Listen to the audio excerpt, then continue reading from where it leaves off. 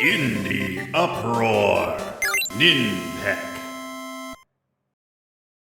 Compared to the overwhelming strategy of Bug Hunter and the secretive moon logic of Barbuta, Ninpek is a very simple and straightforward game, which I'm honestly grateful for. It's a straightforward scrolling platformer where you play as a ninja hot on the trail of an octopus who had the gall to steal your hoagie.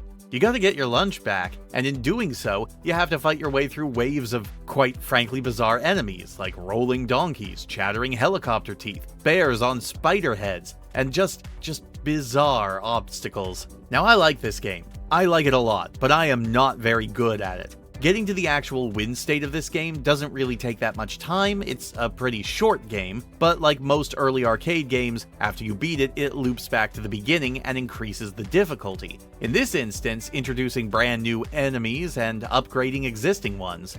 The screen never stops scrolling, but you actually have a lot of freedom of movement. You move forward at a good clip, and you slow down when you move backwards. That slower backward movement actually makes precise platforming and lining up your jumps a whole lot easier. Speaking of jumping, that's one of the best aspects of this game. You get great height and distance with your jump. It's floaty and a bit slow without feeling imprecise, which makes landing where you want to very easily. And to top it off, you have a double jump, which gives you a lot of freedom to readjust yourself if you find yourself in a bad situation. And you'll probably find yourself in a bad situation quite a lot because this game's short length is made up for by the fact that it's quite challenging. Right from the get-go, if you don't know what to expect, you aren't going to be prepared for dealing with the amount of enemies and projectiles coming at you. And even with all of the movement options you have, it's still tough to stay alive. Your chief means of defending yourself is via throwing shurikens at your enemies, but you can only throw straight ahead of you.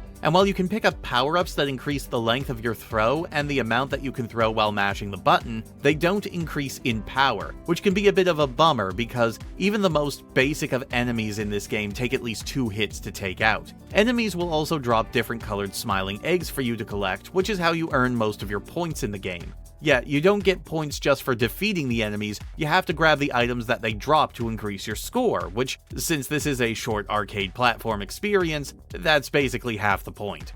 You do get a break every now and then, as you'll come across these big stretches of bonus areas where the only obstacle is potentially falling into a bottomless chasm, which are filled with these various food items, starting as cherries, then rice balls, and then steaming mugs of tea, coffee, hot drink.